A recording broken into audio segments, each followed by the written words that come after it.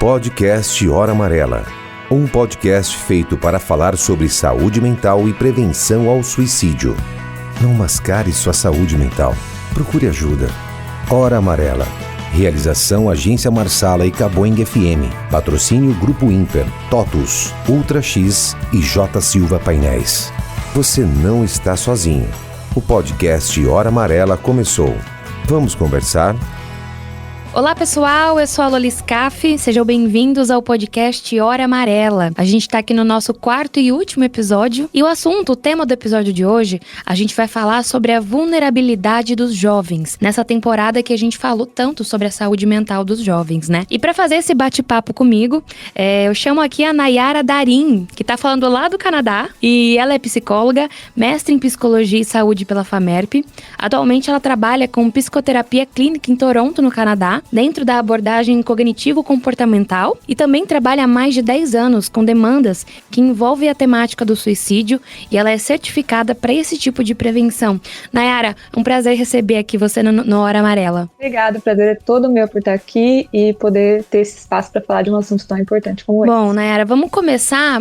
Nessa temporada, a gente está falando muito sobre a saúde mental dos jovens, né? E o tema do podcast de hoje, a gente vai falar sobre essa vulnerabilidade dos jovens. Então, o que eu queria saber de você, o que você acha, que os jovens, eles são realmente os mais vulneráveis? Com certeza, Lola.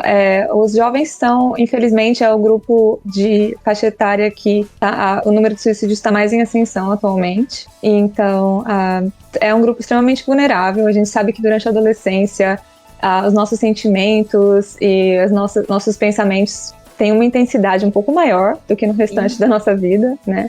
Tudo é visto um pouco mais tudo ou nada, muito determinante. Eu até brinquei com as outras meninas psicólogas que passaram por aqui, que quando a gente é adolescente, a gente é dramáticos, né? Tudo tem uma intensidade muito maior, assim, né? Vendo a minha própria adolescência, né? Igualmente aqui do meu lado, viu? Era bem intenso, eu me lembro claramente de todos esses sentimentos que inundam a gente nessa fase, né? Então a gente tem também a tendência nessa fase de tomar decisões mais abruptas, e não ter tanto tempo não permitir tanto tempo para que a gente pense sobre as nossas decisões. E a gente também dá muita importância nessa fase para as nossas relações pessoais, nossas relações sociais, né? Então, o que os nossos amigos pensam da gente, o quão bem a gente interage, o quão bem a gente acaba exercendo o nosso papel social dentro do grupo que a gente convive, acaba sendo muito determinante para o sentimento que a gente vai desenvolvendo em relação a gente mesmo, para a nossa autoestima, né, para a construção das nossas expectativas de vida e das coisas que a gente quer construir, de quem a gente quer se tornar. Então, é por isso que nessa fase a gente está bem vulnerável a esse tipo de pensamento em relação ao suicídio e em um grau um pouco mais determinante do que talvez em outras fases da nossa vida. E, como você disse, a pandemia também exagerou isso um pouco mais, porque os jovens acabam ficando mais isolados e também mais vulneráveis ao bullying online, né? Agora, com o acesso à internet, as pessoas estão trocando menos ideias, tendo menos conexões emocionais verdadeiras com os seus colegas e tendo mais conexões, digamos, frias e um pouco mais distantes, né? E isso deixa as pessoas também um pouco mais vulneráveis a ter esse tipo de sentimento de que elas não são adequadas, de que elas não estão cumprindo um papel, de que elas começam a não ver muito sentido naquilo que está acontecendo, né? Isso também aumenta a vulnerabilidade, infelizmente. A gente sabe que quando a gente fala de psicologia, de saúde mental, nada é simples, né? É sempre tudo muito complexo, que envolve muitas coisas, né?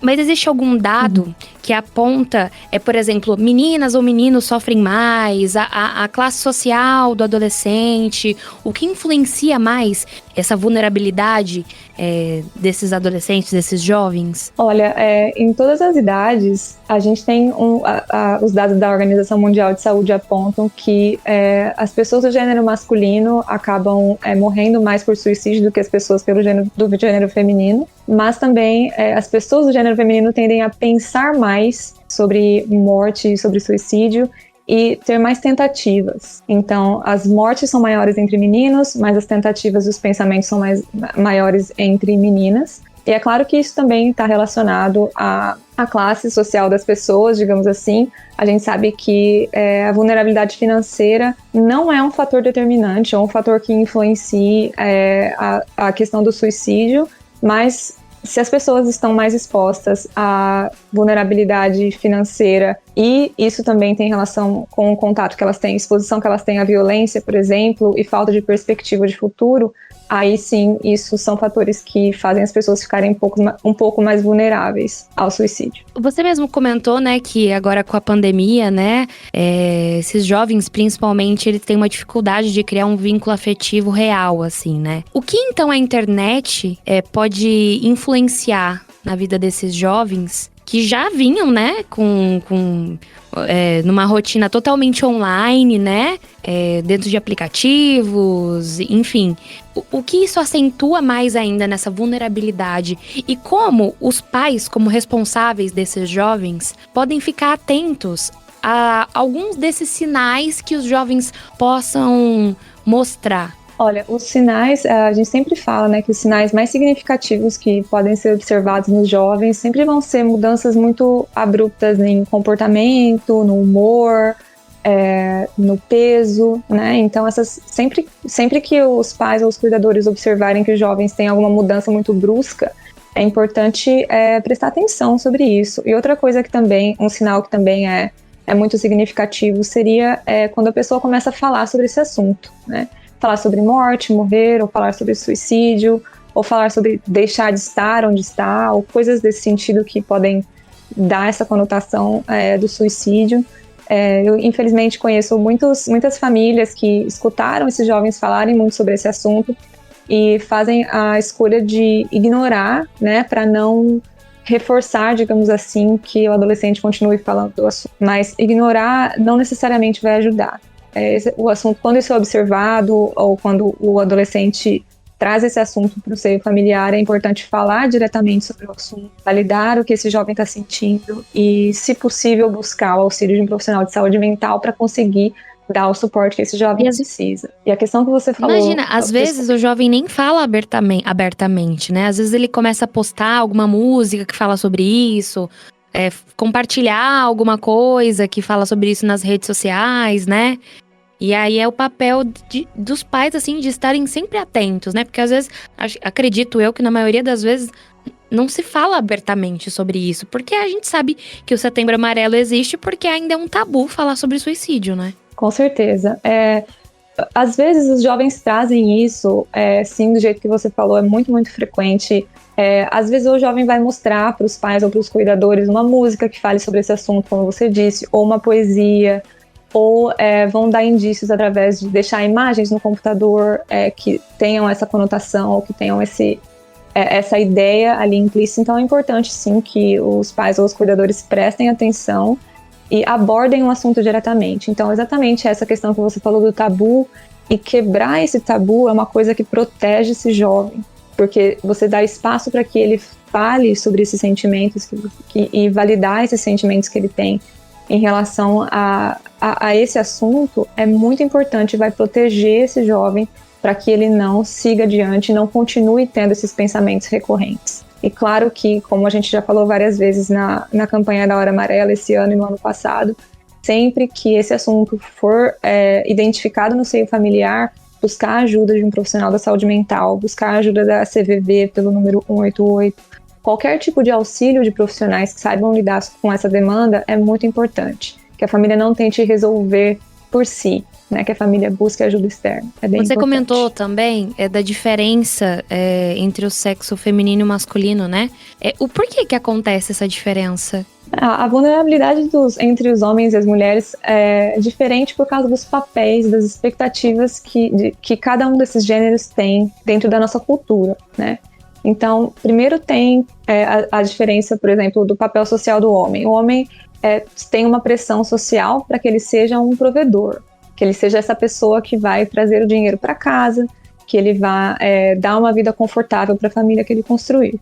Então, quando os homens ou os jovens não têm perspectiva de atingir esse papel social, ou os homens adultos têm isso muito reforçado durante a vida, e em algum momento da vida adulta se encontram numa posição que eles não estão cumprindo esse papel, da maneira que eles acham adequada, eles ficam mais vulneráveis para pensamentos de suicídio e tentativas de suicídio.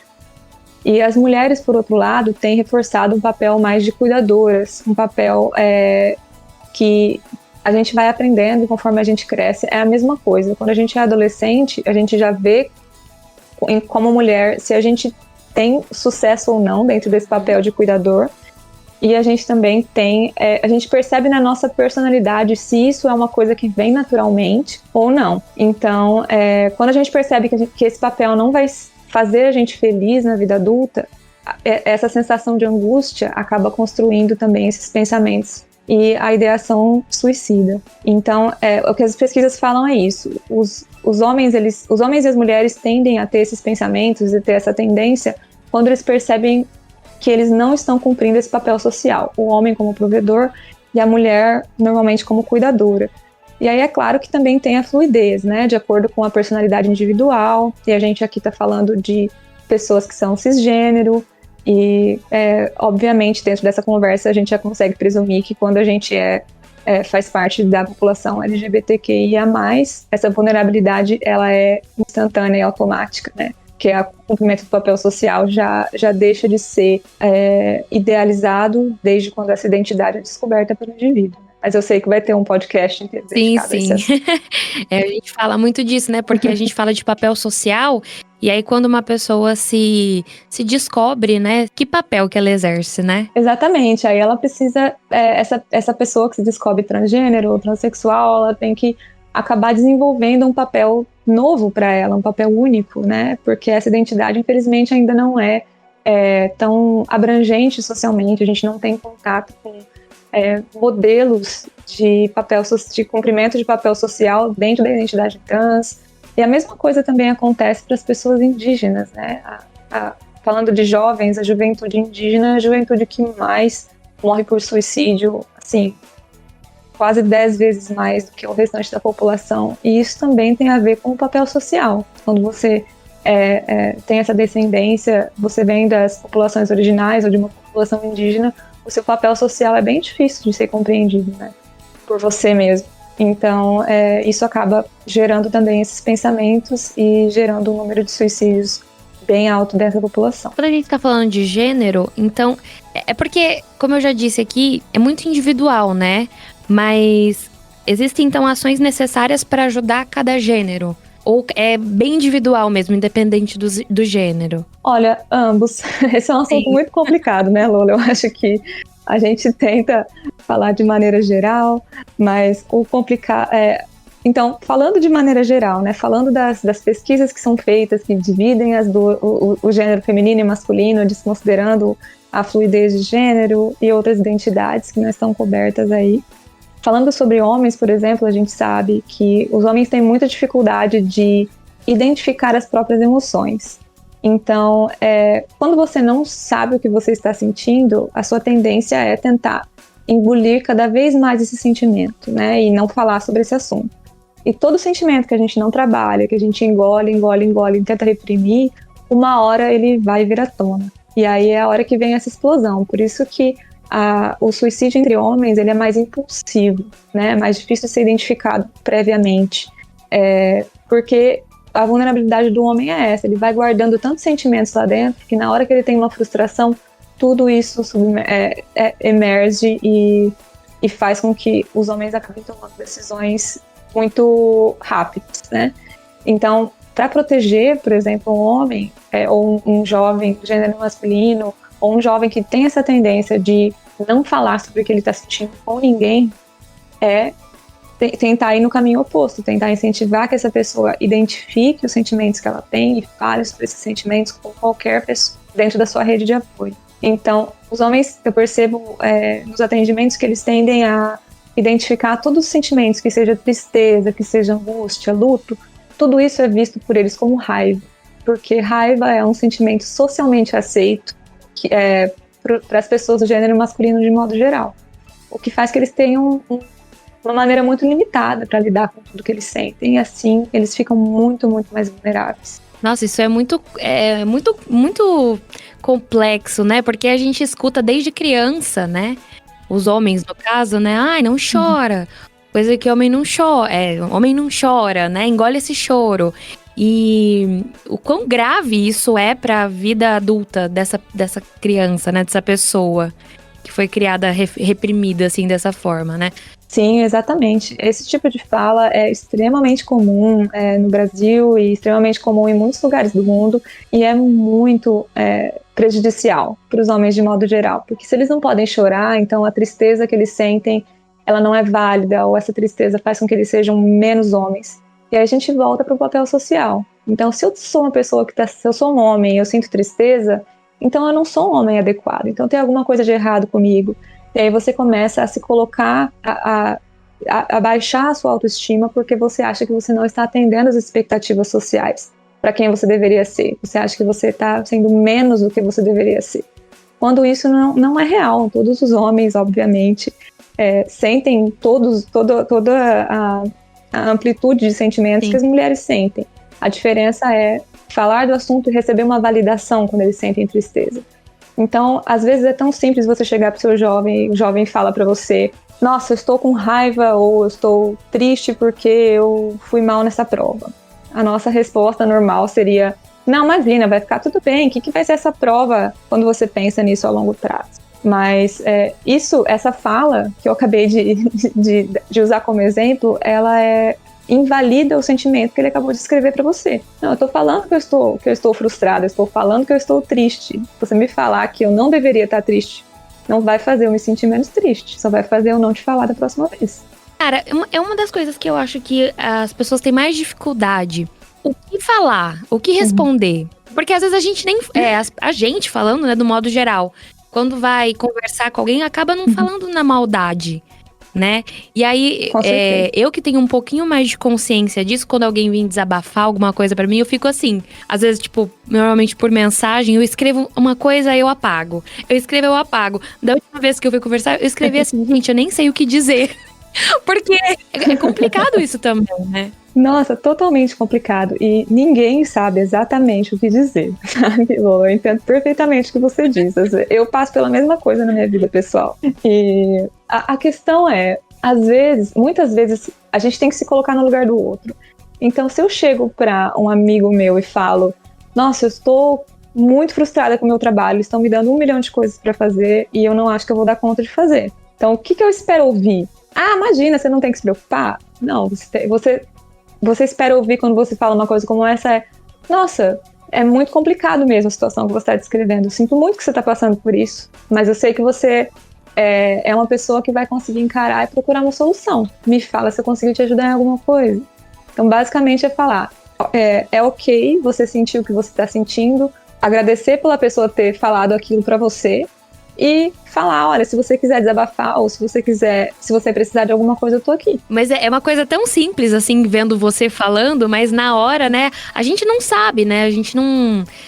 primeiro que ninguém é profissional, né, pra lidar com esse tipo de coisa, né, mas o que a gente aprende é tentar, né, dar soluções, né, e acaba, às vezes, prejudicando, né. Exatamente, o que você mencionou de dar soluções, geralmente é a nossa primeira inclinação. Né? Ah, não, mas é só você fazer isso. Não, mas é só você, por exemplo, com o exemplo das provas. Ah, você está preocupado que você foi mal, mas agora não tem mais nada que você possa fazer. Você pode falar com o seu professor, ou imagina, pensa no seu futuro e vai passar isso daqui. No exemplo do trabalho. Ah, você está pressionado no trabalho, você pode falar com o seu chefe. É claro que a gente pensa nas soluções, mas quando a gente divide nosso problema com outra pessoa, a gente geralmente não está buscando essas soluções, geralmente a gente só está buscando a validação dos nossos sentimentos e um espaço para a gente poder falar, só desabafar mesmo, tirar aquilo de dentro da gente, ouvir que aquilo é comum, ouvir que aquilo é normal, ouvir que o outro entende o que a gente está sentindo, né? Eu entendo o que você falou, é simples, mas não é fácil fazer isso, a gente tem que intencionalmente fazer, né? Porque se a gente for no piloto automático, a gente vai para a resolução de problemas. Intencionalmente, quando a gente percebe que alguém está desabafando ou se abrindo, a gente precisa parar, controlar esse impulso de resolver o problema, e ao invés disso, só validar o que a pessoa está falando. E é aquele negócio de realmente ouvir o que a pessoa quer falar, né? Ela não quer um coach naquele momento, às vezes ela só quer um ouvido, né? Perfeito, é exatamente isso. E também a gente percebe que, culturalmente, eu não sei, na minha vivência cultural, principalmente aí no Brasil, as pessoas têm muita inclinação de interromper, de falar enquanto o outro está falando, de começar já a responder, ou a gente às vezes tem que brigar para conseguir ter um espaço numa conversa, né? Isso também é real, dentro de uma roda de amigos.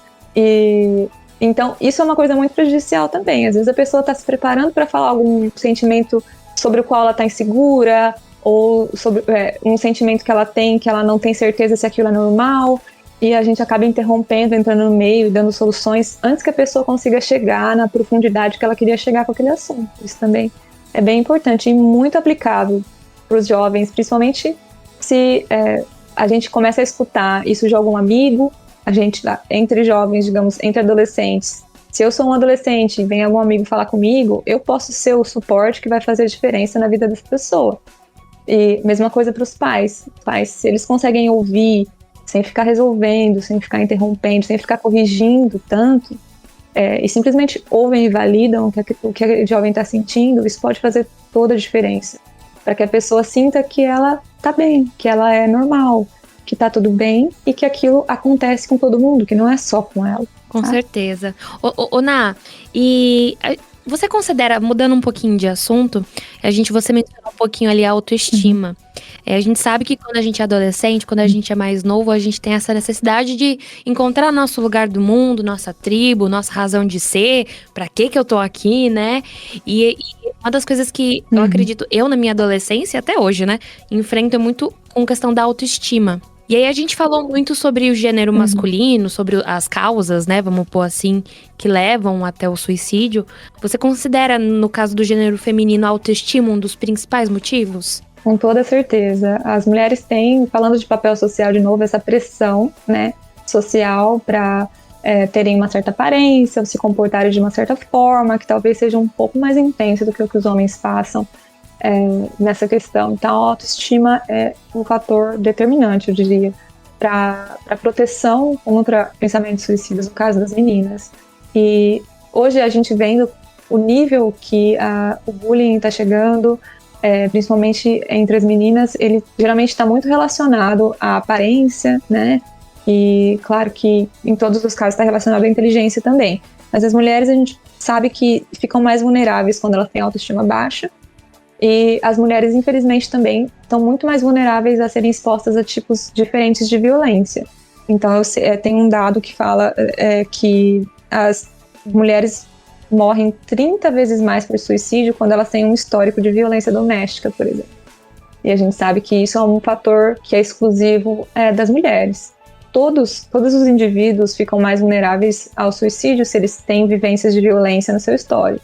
Mas as mulheres têm isso com muito mais frequência, principalmente se a gente incluir violência sexual aí nesse conjunto, né? Então as mulheres têm essa questão da autoestima que é muito importante e que também pode ser extremamente bem trabalhada com os pais, com os colegas, e também tem a questão da violência que faz as mulheres ficarem mais vulneráveis a pensamentos suicidas e mais vulneráveis de maneira geral a terem esse tipo de comportamento também. Nossa, é muito complicado, né? Ai, nossa, eu falei no último bate-papo com a Carol que a gente teria que ter uns 1000 bate-papos desse pra conseguir aprofundar e falar mais, assim, né?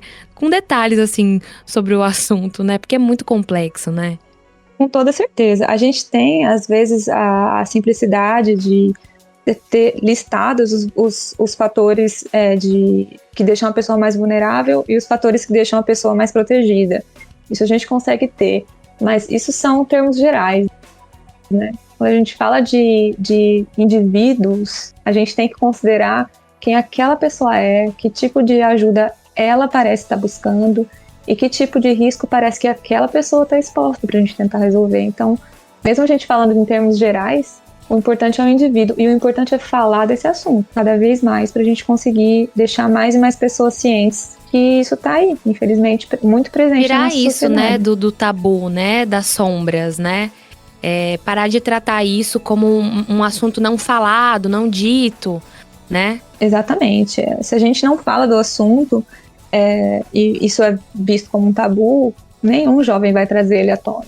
nem no nosso círculo social e nem dentro de casa, né? Então, e isso já é mais um fator que deixa essa pessoa vulnerável, se for um assunto proibido. Imagina, se eu estou dentro de casa, eu estou aqui com a minha família, eu percebo que eu estou tendo esse tipo de pensamento enquanto jovem. E eu sei que esse é um assunto que, se eu trouxer para minha família, eles vão falar que é proibido, ou eles vão trazer religião para discussão, ou eles vão tentar, me punir de alguma forma por ou ter até achar falado que é desse assunto. bobagem, né? Nunca que eu vou trazer esse Porque assunto. tem muitas falas de pais e cuidadores que falam, mas por que é bobagem, é frescura, é drama, né? É para chamar atenção, né? O pessoal fala isso mesmo. Que é para chamar atenção, que é drama, que não é real. Mas a gente sabe que falar sobre esse assunto eu acho que é o sinal de alerta mais óbvio e mais significativo que a gente tem que trazer, né? E ignorar uma pessoa que está falando sobre esse assunto nunca resolve. Do mesmo jeito que proibir esse assunto também não resolve. Tem que se falar desse assunto e, caso isso seja um pensamento real, falar. Buscar ajuda, oferecer uma rede de apoio um pouco mais ampla para aquela pessoa, né? Tem tantas coisas que é possível serem feitas para proteger esse jovem e a gente sabe que quando essas ferramentas são oferecidas para o jovem ainda numa idade mais antes dos 11 anos, por exemplo, ele vai crescer sabendo que ele tem, digamos, isso guardado no bolso, né? Eu sei que ferramentas eu tenho para lidar, caso em qualquer momento da minha vida eu perceba que eu estou tendo esses pensamentos em relação à morte e suicídio. Então isso vai causar vai trazer uma proteção para esse indivíduo durante toda a vida Dica, dele. vamos pôr assim, que você daria para pais, cuidadores ou amigos que veem alguns sinais nos filhos, nos amigos. Uhum. Olha, eu acho que se estiver disponível para você, pergunte diretamente para a pessoa se isso é uma coisa sobre a qual ela pensa, se isso é uma coisa que já passou pela cabeça dela. E caso ela confirme, não julgue, não corrija e encoraje essa pessoa a buscar ajuda. Esteja lá com essa pessoa e questione ela. E eu já tive experiências com várias pessoas que buscaram auxílio comigo. E elas buscaram auxílio comigo não para elas mesmas ou para alguém da família delas, mas, olha, um amigo meu mencionou que uma vez ele teve essa vontade, ele teve esse pensamento e eu queria saber o que eu posso fazer para ajudar. Então, você, como parte da rede de apoio dessa pessoa, você pode buscar se informar um pouco mais, você pode buscar esse auxílio para ser um suporte que pode fazer toda a diferença na vida desse indivíduo.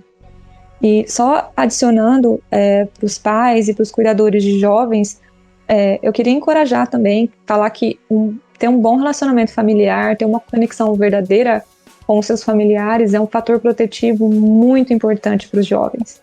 Então, mesmo que eles tenham a vulnerabilidade fora de casa de passarem por bullying, de talvez não serem héteros, não serem cisgênero, e outros fatores de vulnerabilidade fora de casa, se eles têm um bom relacionamento familiar, eles vão estar protegidos. E um bom relacionamento familiar é construído por diálogos, por validação, por falta de julgamento e por só deixar a mesa ali aberta para esse jovem trazer o que ele quiser para você. E aí, dependendo do que ele trouxer, você pode buscar auxílio para lidar com aquilo que você está ouvindo também. Mas deixar o diálogo aberto e oferecer apoio para esse jovem é extremamente importante. Do mesmo jeito que ampliar as redes de apoio desse jovem. Lembrar esse jovem, olha, lembra aquele tio que você tem? Você sabe que você pode conversar com ele. O padrinho, a madrinha, algum amigo da família que tem por perto. Deixar claro para esse jovem, caso ele não esteja conversando com você, que tem mais pessoas de confiança com as quais ele pode se abrir. Ele não tá sozinho, né? Exatamente. Tem outras pessoas que estão aqui que também vão cuidar de você e também vão estar abertas para te ouvir. Porque a gente sabe que muitas vezes os pais ou não têm tempo, ou não têm disponibilidade emocional ou psicológica para ouvir os seus filhos, né? Então, nesse caso, o fortalecimento da rede de apoio de modo geral é importante. Outra coisa também é informar o jovem sobre o número da CVV, por exemplo. Eu sei que isso não é uma coisa que as pessoas têm muita resistência em fazer. Mas talvez deixar esse número disponível para o jovem que está dentro da sua casa vai fazer muita diferença na vida dele. E é muito também. legal porque eu tenho uma amiga que ela é voluntária do CVV, né?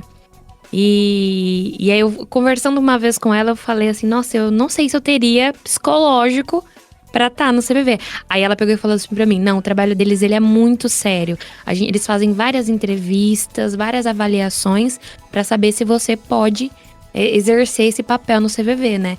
Então, é legal falar sobre isso porque tem pessoas lá que são treinadas pra ouvir, né? Pra quando a pessoa precisa de ajuda. Exatamente. Todas as pessoas que trabalham no CVV, no mundo inteiro, todos os países têm alguma linha que seja como CVV para receber essas pessoas 24 horas por dia, 7 dias por semana. E as pessoas que são colocadas no telefone para atender esse tipo de ligação, elas são definitivamente treinadas e preparadas, e elas também têm uma supervisão ativa ali. Então elas não estão trabalhando independentemente, tem várias pessoas extremamente experientes que estão orientando e guiando essas pessoas que atendem o telefone. E eu nunca vi um caso de uma ligação para o CVV que não tenha sido bem recebida, né, do lado de cá. Nunca ouvi uma reclamação de alguém que acionou essa linha e não recebeu o que gostaria de receber. Então, por isso que eu encorajo mesmo, eu coloco o 188 em todos os lugares. Quando eu estava trabalhando no Brasil, eu colocava nas paredes da clínica inteira. E eu acho que todo mundo simplesmente deveria saber esse número, porque a gente nunca sabe, né? Quem que talvez vai precisar um dia. Uma vez que você sabe o número, ele vai estar lá com você. Sim, e lembrar também que a gente não precisa falar disso só em setembro, né? Que é um assunto que a gente tem que falar, cansar de falar, até deixar de ser tabu e as pessoas conseguirem conversar com isso com mais naturalidade, para às vezes, por vergonha, por medo, a pessoa não fala sobre isso e acaba, infelizmente, né, fazendo o ato do suicídio, né? Exatamente. As pessoas... Eu percebo muitas pessoas que têm medo dos próprios sentimentos, que têm medo dos próprios pensamentos, né? Não só medo do julgamento social, mas que talvez percebem que tem esse tipo de pensamento em relação ao suicídio e se negam a entrar em contato com esses pensamentos e trabalhar esse assunto por medo de si mesmos, né? Então, o que eu diria para essas pessoas é dê o primeiro passo. Você pode, por exemplo, ligar na CVV e falar com alguém. Você não precisa dar o seu nome, você não precisa se identificar, mas fale sobre as coisas que estão passando pela sua cabeça. Tente explorar isso dentro de você, o que você sente, o que você pensa, porque quando a gente deixa as coisas acontecerem no piloto automático, a gente perde o controle da nossa própria vida. Não tem como isso gerar resultados bons, né, em nenhum nível da nossa vida, né? A gente precisa perceber o que está passando pela nossa cabeça, perceber o que a gente está sentindo e tentar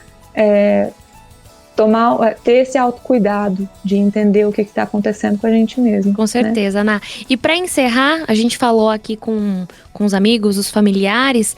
Queria que você deixasse um recado aí para quem está passando por alguma dificuldade. Olha, o recado que eu quero dar é que a vida é longa e ela está em constante movimento, em constante mudança. Qualquer coisa que esteja acontecendo nesse momento não vai permanecer. As coisas mudam, as coisas continuam caminhando.